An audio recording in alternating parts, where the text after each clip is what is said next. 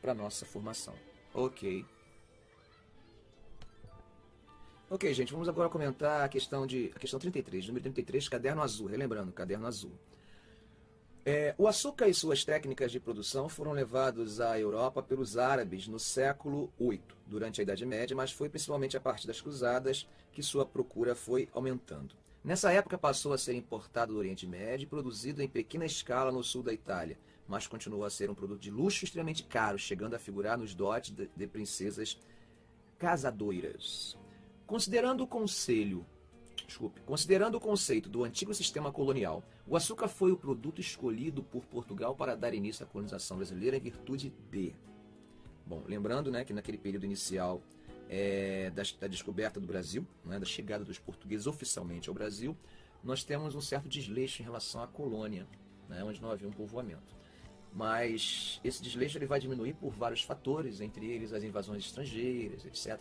Só que é necessário para que houvesse um interesse de povoamento de populações europeias virem para cá, é necessário que tivesse algo lucrativo aqui. O pau-brasil era algo que era extração, não necessitava criar núcleos aqui. Então, a procura por um produto que pudesse trazer lucro para esse colono, né, vai resultar na escolha do açúcar. E aí ele vem exatamente perguntar por que o açúcar. Ou início da colonização brasileira em virtude de... Esse açúcar foi escolhido, né, em virtude de quê? Por Portugal. E aí as alternativas, né? De cara nós temos a letra A, que era a alternativa correta, que diz o lucro obtido com o seu comércio ser muito vantajoso. E era, o produto valia muito dinheiro. Tá? E esse comércio vai trazer riquezas para os colonos e interesse, né, para a montagem dessa estrutura produtora de açúcar nesse período colonial. As outras alternativas diziam os árabes serem aliados históricos dos portugueses. Não era isso, até porque nós sabemos que historicamente existia uma rivalidade entre árabes e portugueses. Se a mão de obra necessária para o cultivo ser insuficiente, não. A mão de obra, de certa forma, no açúcar vai ser abundante. No primeiro momento tem o indígena, mas esse indígena é substituído pela mão de obra escrava negra, e esse tráfico negreiro vai trazer, inclusive, um lucro absurdo para os portugueses. Né?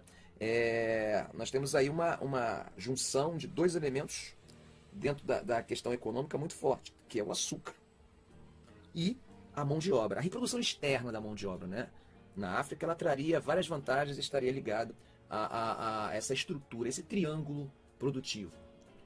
A América produz o açúcar, a Europa consome e a África reproduz a mão de obra necessária para essa produção. Tá? Isso seria o triângulo, o tripé da produção açucareira. Então a resposta correta seria a letra A. Se observarmos a letra D, diz as feitorias africanas facilitarem a comercialização desse produto. Não necessariamente o comércio, as feitorias africanas já estavam mais ligadas à questão do negro, da reprodução da mão de obra.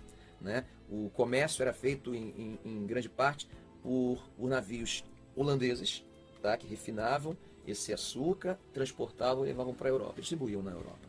Os nativos da América dominaram uma técnica de cultivo semelhante? Não havia esse fator. Ok, gente? Tranquilo, letra A, caderno azul. Bom, vamos à questão 34. Assunto muito interessante. O aluno teria que realmente ter um certo conteúdo sobre isso. Vamos lá. No dia das ideias no clima das ideias que seguiram a revolta de São Domingos, quando estou falando de São Domingos, estou falando do Haiti, tá, gente? O descobrimento de planos para um levante armado dos artífices mulatos na Bahia, no ano de 1798, teve impacto muito especial. Esses planos demonstravam aquilo que os brancos conscientes tinham já começado a compreender. As ideias de igualdade social estavam a propagar-se numa sociedade em que só um terço da população era de brancos e iriam inevitavelmente ser interpretados em termos radicais. O temor do radicalismo na luta negra no Haiti e das propostas das lideranças populares da Conjuração Baiana levaram setores da elite colonial brasileira a novas posturas diante das reivindicações populares no período da independência. Parte da elite participou ativamente do processo no intuito de... Bom, essa questão nós já tínhamos até ventilado um pouco na questão anterior, falando sobre a escolha de Dom Pedro como o elemento catalisador desse processo de independência, nesse momento final da independência. Em dois momentos do século XIX, propriamente dito, nós temos o Haiti tendo inspiração muito forte, né? E de repente levando um medo, trazendo um medo para as elites brasileiras.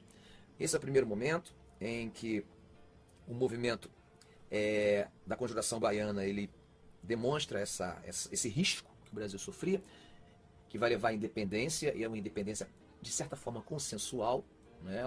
Esse consenso não dura, mas nesse momento da independência é consensual. E no segundo momento, durante a regência, quando nós tivemos 3 revoltas de escravos num período curto, na década de 30, né, que seria a revolta dos Malês, a revolta das Carrancas, né, em Minas Gerais, e a revolta de Manuel Congo, no município de Padre Alferes Vassouras. Esses 3 movimentos eles trazem novamente um medo, né, que a historiografia costuma chamar de haitianismo, tanto o primeiro como o segundo momento, esse haitianismo. Então existia um medo realmente de que essa independência, voltando para a questão, essa independência fosse feita por baixo. Esse medo de que a independência é feita por baixo podia reproduzir no Brasil o Haiti, né, só lembrando a música do Caetano Veloso, né, que o Haiti fosse aqui. Essa visão, esse olhar, vai fazer com que uma parte, né, partes dessa elite, que não era homogênea, tá, não era homogênea, essa elite homogênea que o José Murilo fala no Império já está num outro contexto. Nesse momento não existia um projeto homogêneo, existiam diferenças, né? Essas diferenças se unam em torno de um projeto único e um projeto que vai ter como elemento catalisador a figura de Dom Pedro. Uma figura que aparentemente tinha nada a ver com a independência, que era um português, seria príncipe herdeiro do trono português. Então, mas naquele momento específico, ele é útil e vai receber apoio das elites políticas de várias províncias do país. Então, é o medo do haitianismo, tá? De que essa revolução fosse feita por baixo. É muito melhor para o Brasil que essa revolução fosse feita pelas elites. E as elites escolhem, naquele momento específico, a figura de Dom Pedro. Bom, então, repetindo só o finalzinho do enunciado para a gente procurar as alternativas. No período da independência, parte da elite participou ativamente do processo no intuito de instalar um partido nacional sob sua liderança, garantindo participação controlada dos afro-brasileiros e inibindo novas rebeliões de negros? Claro que não. Não existia essa preocupação de construir um partido nacional. Atender aos clamores apresentados no movimento baiano de modo a inviabilizar novas rebeliões, garantindo o controle da situação? Também não. Essas reivindicações populares não estavam nos projetos, né, dessa elite. Firmar alianças com as lideranças escravas, permitindo a promoção de mudanças exigidas pelo povo sem a profundidade proposta inicialmente? Também não. Não existia essa intenção de dar voz a essas massas. Bom, e aí vem a letra D. Impedir que o povo conferisse ao movimento um teor libertário, o que terminaria por prejudicar seus interesses e seu projeto de nação? Esta é a resposta, letra D.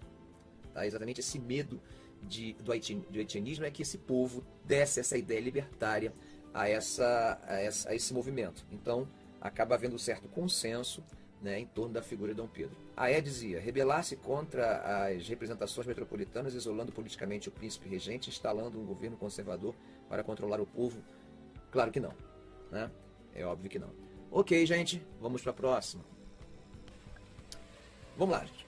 Questão número 35. Questão número 35 fala da passagem do período medieval para o período moderno.